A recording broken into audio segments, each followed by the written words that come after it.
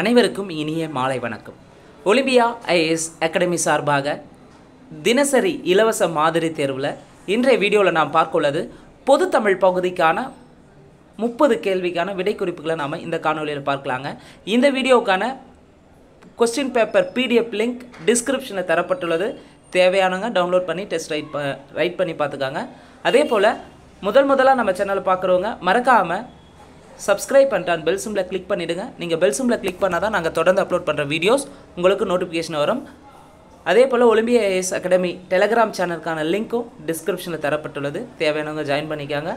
Exam ரிலேட்டடான மோர் அப்டேட்ஸ்க்கு நிச்சயமாக 2025 அப்கமிங்காக வரக்கூடிய எல்லா போட்டித் தேர்வுகளுக்கும் குரூப் 1லேருந்து குரூப் 4 வரையும் பார்த்தீங்கன்னா பொது தமிழ் மற்றும் பொது அறிவு பகுதியிலிருந்து நம்ம தினசரியாக மாதிரி தேர்வுகளை பார்த்து வருகிறோம். இந்த தினசரி மாதிரி தேர்வு பொறுத்தவரையும் முழுக்க டிஎன்பிசி தேர்வாணையம் ஏற்கனவே நடத்தி முடித்துள்ள ப்ரீவியஸ் இயர்ஸ் கொஸ்டின் பேப்பரை தான் நம்ம பார்க்குறோங்க. அதுவும் எக்ஸாம் பாயிண்ட் ஆப்பில் இருக்கக்கூடிய கொஸ்டின்ஸை ஃபில்டர் பண்ணி நம்ம டெஸ்ட்டாக அட்டன் பண்ணிகிட்ருக்கு.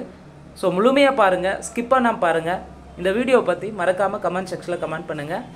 முதல் கேள்வி, கலித்தொகையில் ஐவகை திணைகளின் வரிசை முறையை தேர்வு செய்க. ஸோ நிலத்தின் அடிப்படையில் ஐவகை நிலங்கள்னால் குறிஞ்சி, முல்லை, மருதம், நெய்தல், பாலைன்னு வகைப்படுத்தியிருப்பாங்க. இங்கே கலித்தொகையில் ஐவகை திணைகளை எப்படி வரிசைப்படுத்தியிருப்பாங்கன்னா பாலை திணை, குறிஞ்சி திணை, மருதம் திணை, முல்லை திணை, நெய்தல் திணைன்னு வரிசைப்படுத்தியிருக்காங்க. கலித்தொகையில் ஐவகை திணைகளின் வரிசை முறை சரியான விடை ஆப்ஷன் சி, பாலை, குறிஞ்சி, மருதம், முல்லை, நெய்தல். கேள்வி 2, நிறுத்தற்குறிகளை அறிதல். நிறுத்தற்குறிகளில் சரியானது எது? சரியானது ஆப்ஷன் ஏ, யார் அது? சாலையோரம் படுத்து கிடப்பது. சரியான விடை ஆப்ஷன் ஏ. கேள்வி 3, ஊர் பெயர்களின் மருவை கண்டுபிடிக்க. புதுக்கோட்டை, புதுக்கோட்டையுடைய மருவு புதுகை. கேள்வி 4, இருபொருள் தருக. அலை, அலை என்பது கடல் அலையையும் குறிக்கும், அலைந்து திரிதலையும் குறிக்கும். சரியான விடை ஆப்ஷன் சி. கேள்வி 5, இருபொருள் தருக. ஆறு, ஆறு என்பது நதியையும் எண்ணையும் குறிக்கும். கேள்வி 6, மரபு பிழையற்ற தொடரை தேர்வு செய்க. அப்போ ஒன்று மட்டும்தான் சரியாக இருக்குது. சேவல் கூவும், புறா கொக்கரிக்குமான புறா குணுகும், கோழி என்ன வரும்னா கொக்கரிக்கும். இங்கே சத்தம் போடுன்னு தந்திருக்காங்க, தவறு.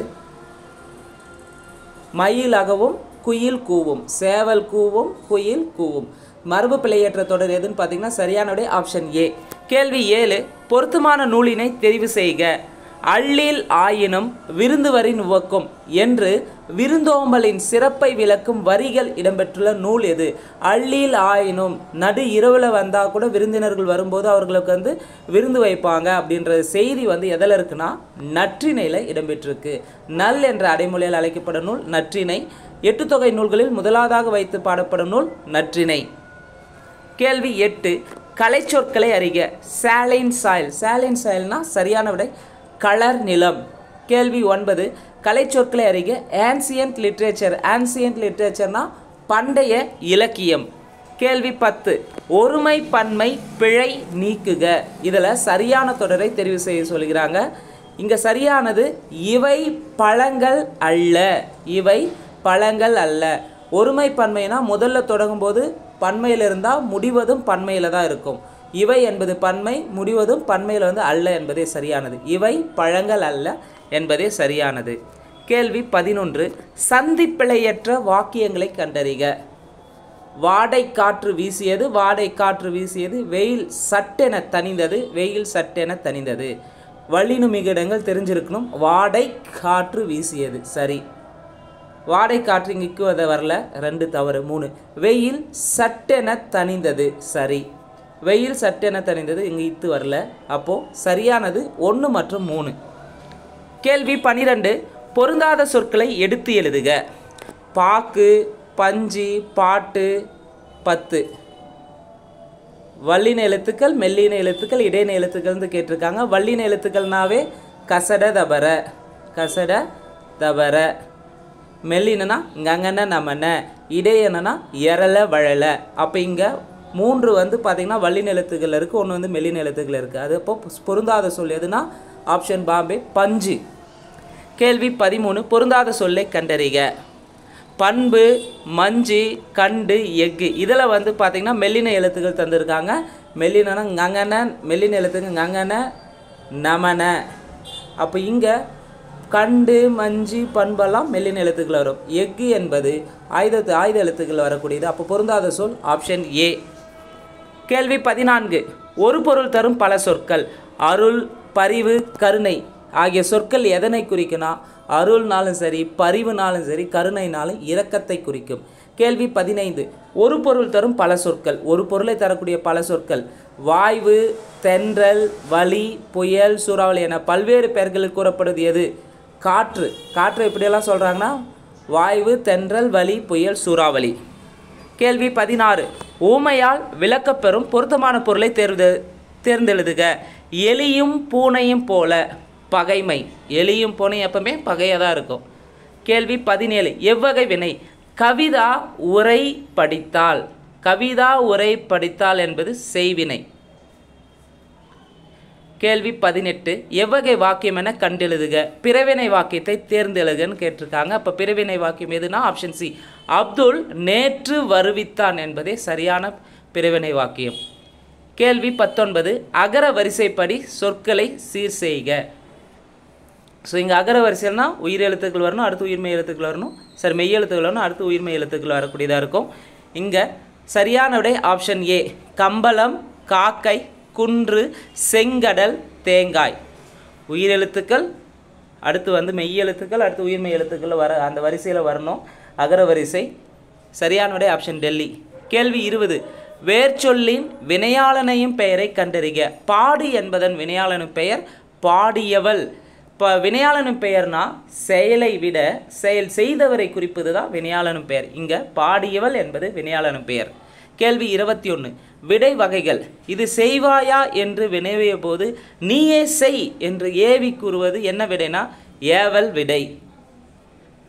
கேள்வி 22 அலுவல் சார்ந்த சொற்கள் கலை சொற்களில் கேட்டிருக்காங்க. மார்போமி. மார்போமினா உருபன்.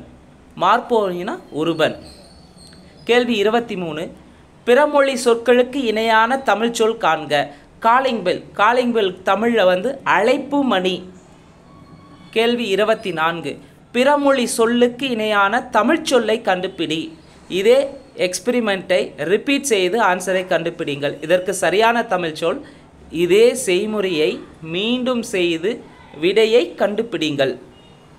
கேள்வி 25 குறில் நெடில் மாற்றம் பொருள் வேறுபாடு அறிக. சரியான இணையை தேர்வு செய்க. கல், கால். கல் என்றால் படியையும், கால் என்றால் உடல் உறுப்பையும் குறிக்கும். சரியானதே ஆப்ஷன் சி. கேள்வி 26 பிழையற்ற தொடரை தெரிவு செய்க. பிழையற்றதுன்னா சரியானதை தெரிவு செய்ய சொல்லியிருக்காங்க. இங்கே சரியானது அவள் அல்லல். அவள் அல்லல் என்பதே சரியானது. கேள்வி 27 முண்டகம் என்பதன் பொருள் என்ன? முண்டகம் என்பதன் பொருள் தாமரை. கேள்வி 28 எட்டுத்தொகை நூல்களில் 8வதாக வைத்துள்ள நூல் எது? எட்டுத்தொகை நூல்களில் 8வதாக வைத்துள்ள நூல் புறநானூறு. 5 பரிபாடல், 6 கலித்தொகை, 7 அகநானூறு, 8 புறநானூறு. எட்டுத்தொகை நூல்களில் 8வதாக வைத்துள்ள நூல் எதுன்னு பார்த்தீங்கன்னா புறநானூறு. கேள்வி 29 அழகு, அறிவு, அன்னம், ஓரென், மரம், விலங்கு, தாய், வண்டு, வயல், அரிசி என்று பொருள்களை தரும் ஓரெழுத்து ஒரு மொழி சொல் எது? அழகு, அறிவு, அன்னம், ஓரென், மரம், விலங்கு, தாய், வண்டு, வயல், அரிசி என்று பொருள்களை தரும் ஓரெழுத்து ஒரு மொழி மா. கேள்வி 30 பொருள் இலக்கணம் எத்தனை வகைப்படும்? பொருள் இலக்கணம் எத்தனை வகைப்படும்? 2 வகைப்படும். ஒன்று அகத்திணை, இன்னொன்று புறத்திணைன்ட்டு பொருள் இலக்கணத்தை 2ஆக பிரிக்கலாம். அகத்திணை, புறத்திணை. இந்த வீடியோ உங்களுக்கு பிடிச்சிருந்தா லைக் பண்ணுங்கள், கமெண்ட் பண்ணுங்கள். மறக்காமல் டிஎன்பிஎஸ்சி எக்ஸாமுக்கு ப்ரிப்பேர் பண்ணுற உங்கள் ஃப்ரெண்ட்ஸ்க்கு ஷேர் பண்ணுங்கள். நிச்சயமாக ஒலிம்பியா ஐஸ் அகாடமி சார்பாக தினசரியாக நடத்தக்கூடிய மாதிரி தேர்வுகளும் சரி, அதே போல் வீக்கெண்டாக நடத்தக்கூடிய ஆஸ் பர் சிலபஸ் படி நடத்தக்கூடிய மாதிரி தேர்வுகளும் சரி, அடுத்தடுத்து வரக்கூடிய எக்ஸாமில் ரிப்பீட்டட் ஆகிறதுக்கு வாய்ப்புகள் அதிகமாக இருக்குது. ஏற்கனவே நம்ம up to group 2 2A mains எக்ஸாமில் நம்மளுடைய கொஸ்டின் பேப்பர் ரிப்பீட்டட் ஆகிருந்துச்சு. ஸோ இந்த வாய்ப்பை சரியாக பயன்படுத்திக்காங்க. நன்றி, வணக்கம்.